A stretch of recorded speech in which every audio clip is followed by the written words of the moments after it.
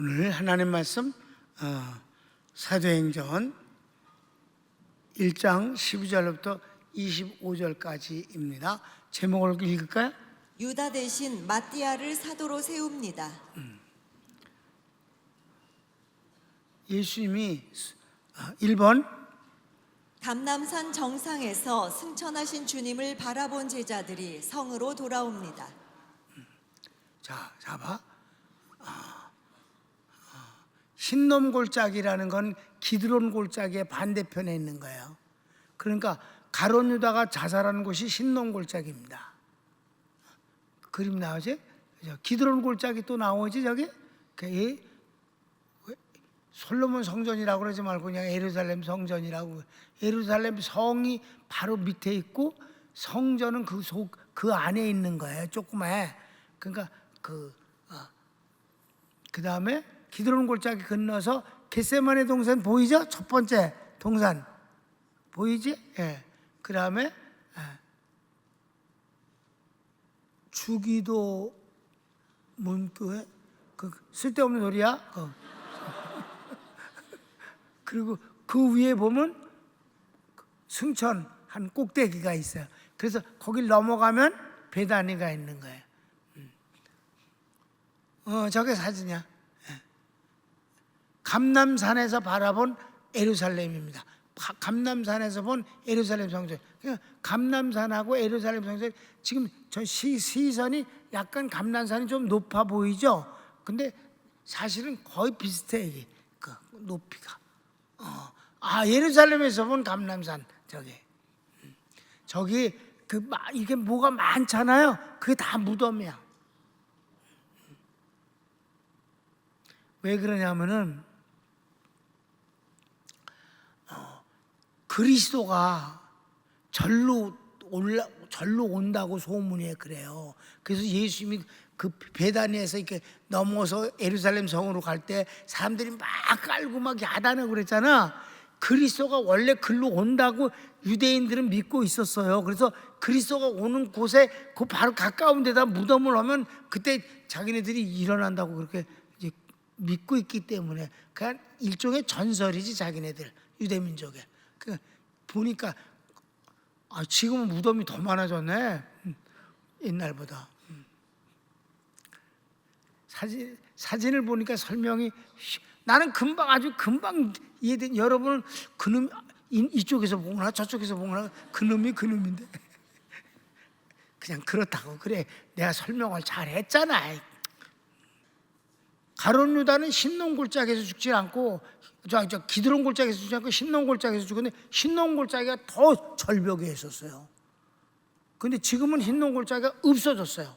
다 메워졌어. 다 이제 관을 묶고 거기 전부 메워서 그냥 평지로 길이 돼 있습니다. 기드론 골짜기는 좀 남아 있고.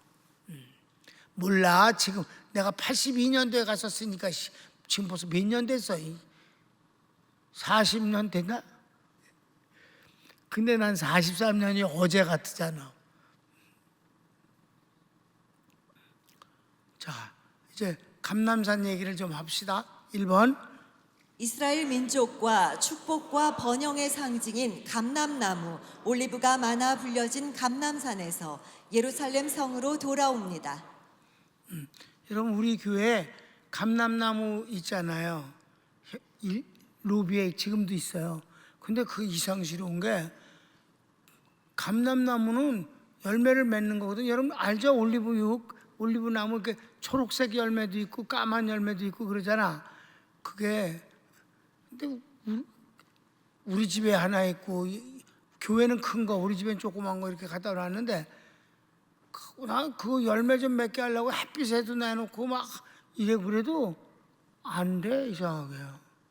근데 그 감람나무 그래서 이게 감람산이라고 올리브 마운틴이라고 그렇게 부르는데 감람산에는 실제인지는 모르겠지만은 그 올리브 나무 둘레가 이때면은 한 사람으로는 아름드리를 못해. 두 사람 정도 이렇게 해야 겨우 이렇게 닿는 그런 정도가. 근데 그렇게 굵은 게 키는 또 요만해. 3,000년 됐다고 그러는데 내가 믿어지지가 않는데 하여튼 그냥 따닥따닥 열매가 맺어요. 근데 그래서 감람산이라고 그래요. 거기서 이제 제자들이 예수님이 승천하시는 모습을 보고 지금도 거기 감람산 꼭대기에 예수님의 승천 자리라고 해갖고 이렇게 잘 만들어 놨어요. 2번. 감람산은 예루살렘 성에서 동남쪽으로 길게 뻗은 높지 않은 산으로 성 맞은편의 언덕이 겟세마네 동산이고 그 사이에 기드론 시내가 흐릅니다. 누가복음 24장 50절에는 예수님이 승천하신 곳이 베다니 앞이라 했는데 감람산 남쪽에 있습니다. 감람산은 아주 굉장히 높은 그런 산이 아니에요. 뭐 북한산, 뭐 이렇게 관악산 이렇게 높은 산이 아니고 낮은 산인데 좀 이렇게 산이 이렇게 산은 한 봉우리 하나가 있는 게 아니잖아. 이렇게 봉우리 여러 개 있으면서 흘러갑니다. 그런데 베다니 앞이라고 누가복음에 쓴 이유는 베다니가 감람산 남쪽 중턱에 있어요. 가난한 동네입니다. 그 베다니에 누가 살았어요? 마리아하고 나사로가 살았었잖아. 근데 쉽게 얘기하면 예루살렘 성도 큰 산이었어요. 예루살렘 성이 이렇게 있고 기드론 골짜기가 있고 또 하나의 산이 있는 게 감람산이다. 그러니까 예루살렘하고 감람산 높이가 비슷해요. 그러니까 감람산 꼭대기에서 보면 예루살렘 성이 이렇게 비슷한 그 고도로 바라 보입니다. 그리고 밑에는 깎아지른 듯한 절벽에 거기 이제 기드론 시내. 그래서 예루살렘 성은 함락이 안 된 거예요. 그렇게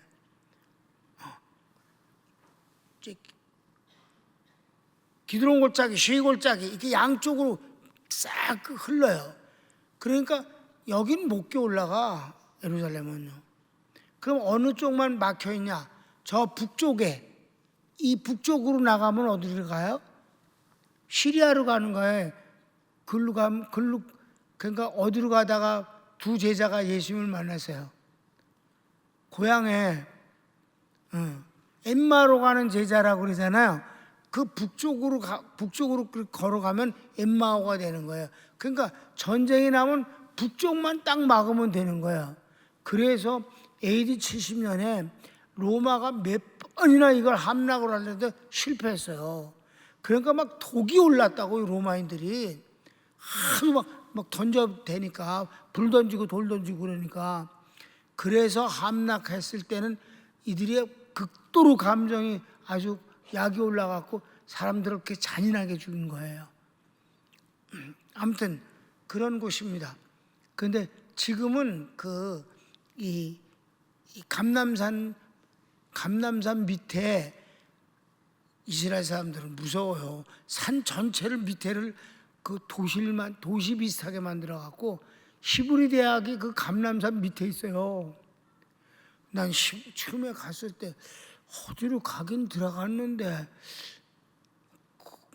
아주 그냥 이렇게 막 미로같이 막 돼 있고 가끔 이렇게 하늘에서 이렇게 햇빛이 들어오는 데가 이렇게 중간중간 있어요.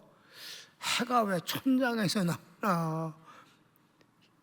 감람산 밑에다가 히브리대를 집어넣고 나는 가보질 못한 보안이니까 그렇지만 아마 군사의 아주 핵심적인 시설도 그 감람산 밑에 들어있는 걸로 짐작돼요. 아무도 대답을 안 해주니까 몰라. 히브리대가 그 속에 있는 것만은 내가 다녔으니까 알지. 그래서 그 길이 익숙해지는데 한참 걸려요. 아무튼 그런 것이다 이렇게 여러분 생각해요. 그래서 3번 이곳은 안식일이 허락되는 2000규빗의 거리입니다. 이게 무슨 말이냐면 여러분 주님이 십자가에 돌아가시는 날도 그네들 시간으로 안식일이었잖아. 그러니까 오후 3시에 돌아가셨으니까 한 2시간만 있으면 해가 떨어지면 그네들은 다음 날이니까 안식일이 된단 말이에요. 그래서 빨리 그 강도들을 매장해버린 거예요. 안식일엔 시체가 매달려 있으면 안 된다고 그래서. 그러니까 그래갖고 이제 주님이 부활하시는 날은 사실상 주일이잖아요. 금요일 날 돌아가시고, 그러니까 만 3일이 아니거든. 만 이틀 정도 뭐 좀 넘었지. 그래서 부활하신 날은 주일 새벽이란 말이에요. 그리고 며칠 있었어요? 40일 있었잖아. 또 금요일이란 말이에요. 이해되십니까? 그리고 열흘 있다 오셨으니까 그날이 또 주일날이다 이 말이에요. 열흘이니까 금, 토, 일 그리고 한 주니까 3 더하기 7 하면 얼마야? 그래서 열흘 있다가 성령이 오신 거예요. 주님이 어떤 무엇을 이루실 때 항상 그 절기와 이렇게 맞아 떨어지는 것을 하시는 거예요. 그러니까 이스라엘 백성들이 이 안식일에는 2,000규빗 이상을 움직이지 못하게 돼 있어요. 여행을 못하고 멀리 가지를 못해. 그러니까 그 2,000규빗 한 규빗이 여기서부터 여기까지가 한 규빗이야. 그러니까 멀지 않단 말이에요, 거리가. 그러니까 여러분 내가 그래서 얘기를 한 거예요. 바로 조기에 예루살렘 성이 보인단 말이에요. 기드론 골짜기 지나서 여기 이 감람산이니까 아셨죠? 그래서 기드론 골짜기 건너자마자 있는 첫 번째 동산이 겟세마네 동산입니다. 여기서 주님이 기도하시고 체포당하신 곳이에요. 멀리 가지 않으시고 거기서 기드론 골짜기 지나서 올라가서 그 동산에서 항상 기도하셨다.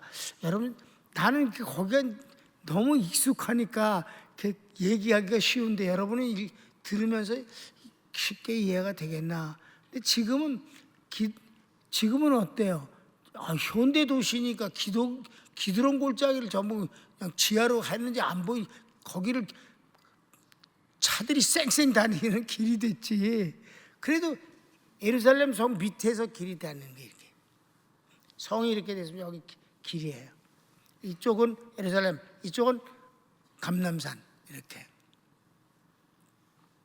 근데 그 가까운 거리였다. 주님이 승천하신 곳이. 그래서 그 안식일이지만 그 거리 정도는 허락되어지는 거리다. 한번 성경을 좀 읽어볼까요? 제자들이 감람원이라 하는 산으로부터 예루살렘에 돌아오니 이 산은 예루살렘에서 가까워 안식일에 가기 알맞은 길이라. 안식일에 가기 알맞은 곳이다. 가까워서 알맞은 것이다. 그래서 그들이 안식일날 범죄하지 않았다는 걸 여기 기록하고 있는 거예요. 이해되셨습니까? 그럼 율법은 뭐라고 그랬는가? 출애굽기 16장. 볼지어다 여호와가 너희에게 안식일을 주므로 제6일에는 이틀 양식을 너희에게 주는 것이니 너희는 각기 처소에 있고 제7일에는 아무도 그 처소에서 나오지 말지니라. 아멘. 집안에 틀어박혀 있으라는 뜻이 아니라 멀리 물건을 사러 가든지 여행을 가든지 누굴 만나기 위해서 멀리 가지 말라. 그날은 오직 하나님만 섬기는 것이다. 그런데 어느 정도까지 거리가 가능하냐 하는 건 민수기 보면 나옵니다. 30원 시작. 성을 중앙에 두고 성 밖 동편으로 2,000규빗, 남편으로 2,000규빗, 서편으로 2,000규빗, 북편으로 2,000규빗을 측량할지니 이는 그들의 성읍에 들이며. 이것은 그들이 움직일 수 있는 범위다 이 말이니까 이해되셨죠? 그래서 왜 사도행전에서 가까워서 안식일에 갈 수 있는 적당한 거리다 이렇게 한 것은 저희들이 예수님조차도 율법을 어기어서 무리하게 하지 않으셨다. 아멘. 승천하신 것까지도 그렇게 하나님은 하셨다는 거예요. 자, 여기까지만 4번은 돌아온 사람들이 마가의 2층 다락방에 모입니다. 이곳은 최후 만찬의 자리이고 부활하신 주님이 2번이나 제자를 만나신 곳으로 초대교회의 요람이요 예루살렘 교회의 터전입니다. 사도들과 예수님의 가족들 그리고 많은 제자들이 마음을 같이하여 기도에 힘씁니다. 그러니까 여러분 2층 다락방 그런데 여기 모인 사람이 120명이라면 그 방의 크기를 가늠할 수 있겠죠? 작은 곳이 아니란 말이에요. 그러니까 다락 그러면 보기에 있는 쬐끄만 방이 공간이 아니라 2층 홀 전체를 다락방이라고 부른다. 120명이 모였다. 500명이나 그 예수님이 승천하실 때 봤는데 왜 120명만 모였습니까? 그랬을 때 나머지 사람들은 갈릴리로 이제 고향으로 돌아갔지. 그리고 이제 이 중심 인물들이 마가의 다락방으로 갔다. 그리고 사람들이 그 500명이 다 들어갈 수 있는 공간은 아니니까 알아서들 이렇게 해서 110명이 모인 거예요.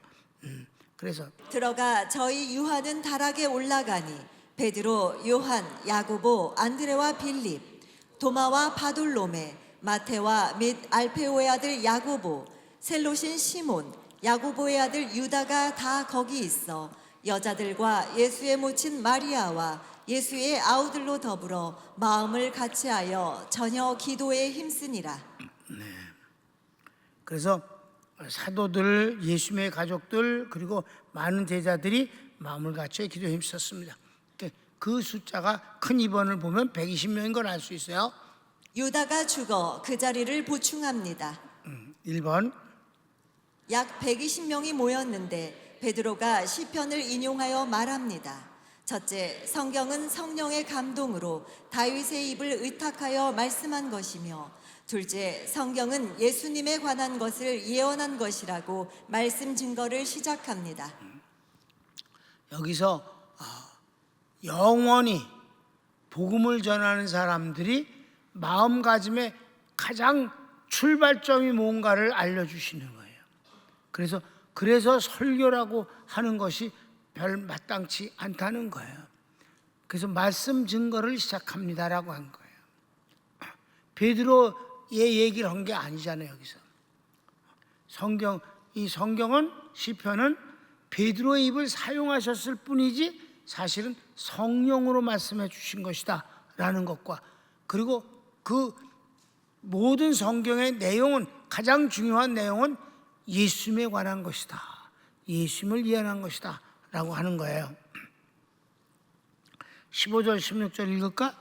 모인 무리의 수가 한 120명이나 되더라. 그때 베드로가 그 형제 가운데 일어서서 가로되, 형제들아, 성령이 다윗의 입을 의탁하사 예수 잡는 자들을 지로한 유다를 가리켜 미리 말씀하신 성경이 응하였으니 마땅하도다.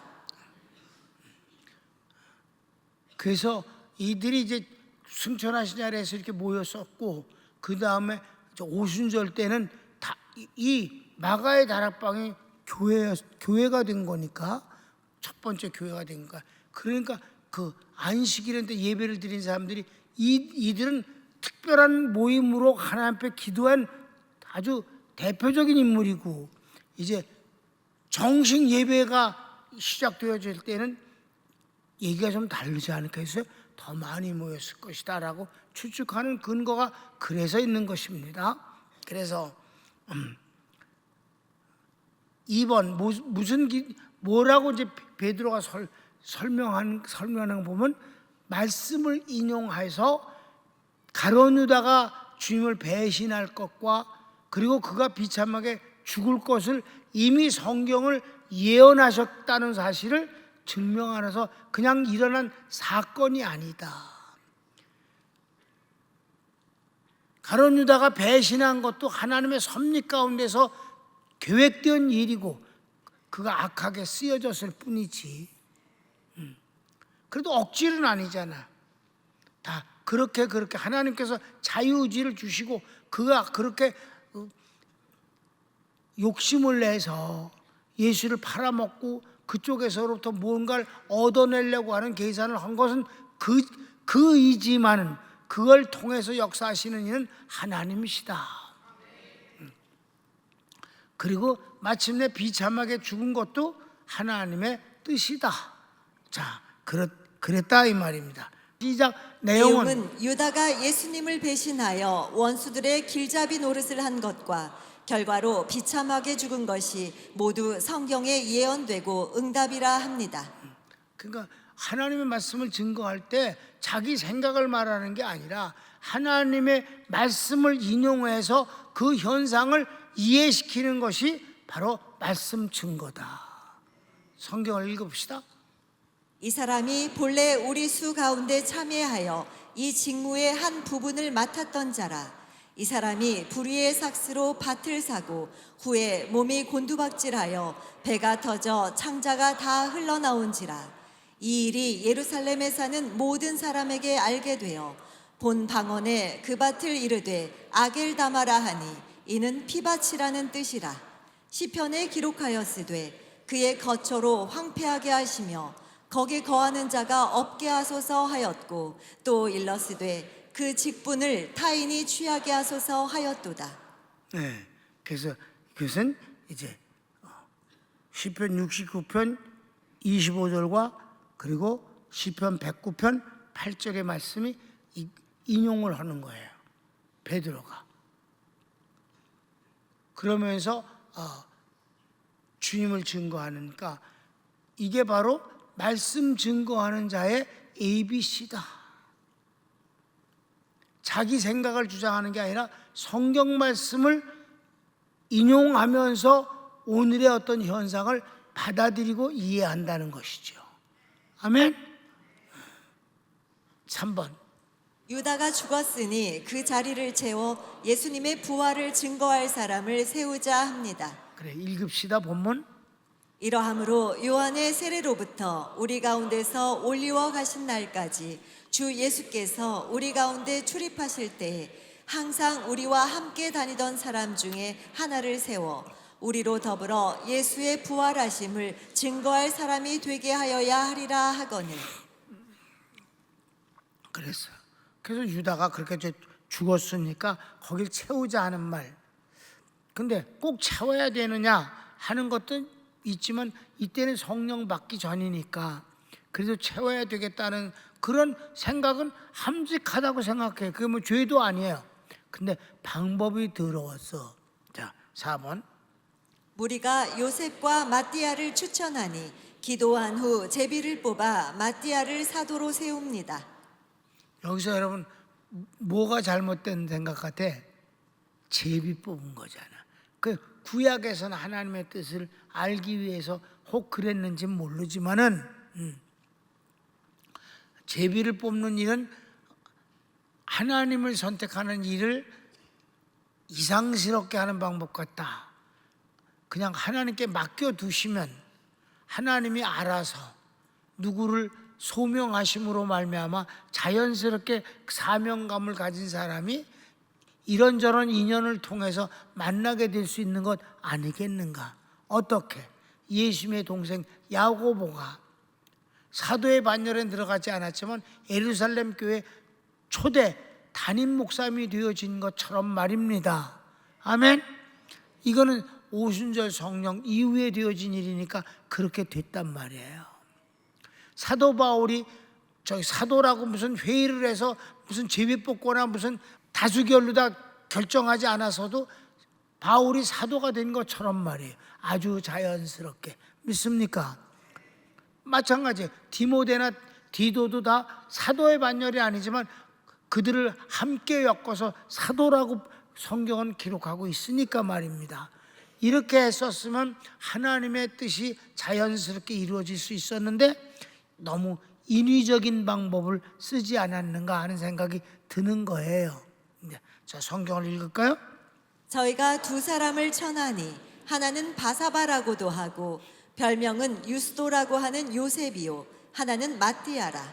저희가 기도하여 가로되 무사람의 마음을 아시는 주여 이 두 사람 중에 누가 주의 택하신 바 되어 봉사와 및 사도의 직무를 대신할 자를 보이시옵소서. 유다는 이를 버리옵고 제 곳으로 갔나이다 하고 제비 뽑아 마띠아를 얻으니 저가 11사도의 수에 가입하니라. 아멘. 약간은 인위적이고 약간은 억지스러움이 아니겠는가. 그렇게 됐어요. 그래서 내가 결어를 썼습니다. 성령 강림 후에는 제비를 뽑아 사람을 세우는 일은 없습니다. 마띠아가 성경 어디에도 그의 모습을 기록한 곳이 없습니다. 마띠아가 사도가 됐는데도 불구하고 그의 활동이나 그 존재를 성경은 기록하지 않고 있다는 것이 이 사도가 되어진 여기에도 조금은 아쉬움이 있지 않겠는가. 결과적으로 봐도 그렇다 이 말입니다. 그가 잘했으면 다행이라고 여길 텐데 전혀 마띠아가 다시는 성경에 그 이름이 기록되지 않다. 활동의 모습도 보이지 않는다 하는 점이 이 뽑은 것 자체에 대해서 그 잘한 것 같지 않다는 생각이 드는 거예요. 오순절 이후에는 이런 제비 뽑는 행위는 전혀 나타나고 있지 않습니다.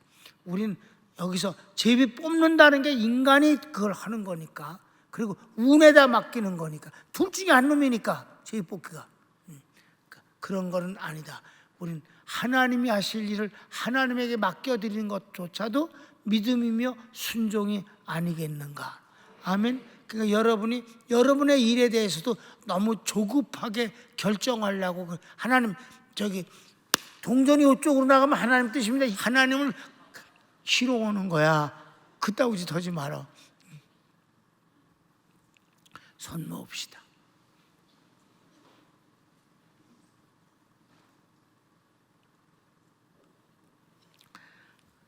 오늘은 기도를 이렇게 하면 어떨까요? 하나님, 저의 삶의 모든 것을 주님에게 맡기며 주님이 인도해 주시기를 바랍니다. 중요한 시점에서 어떤 결정을 할 때 하나님의 뜻이라는 걸 빙자하여 내 뜻을 고집하지 않게 도와주시고, 내 소원은 이것이니 하나님께서 내 소원마저도 다스려 주시옵소서. 다 같이 주여 한번 부르고 기도합시다. 주여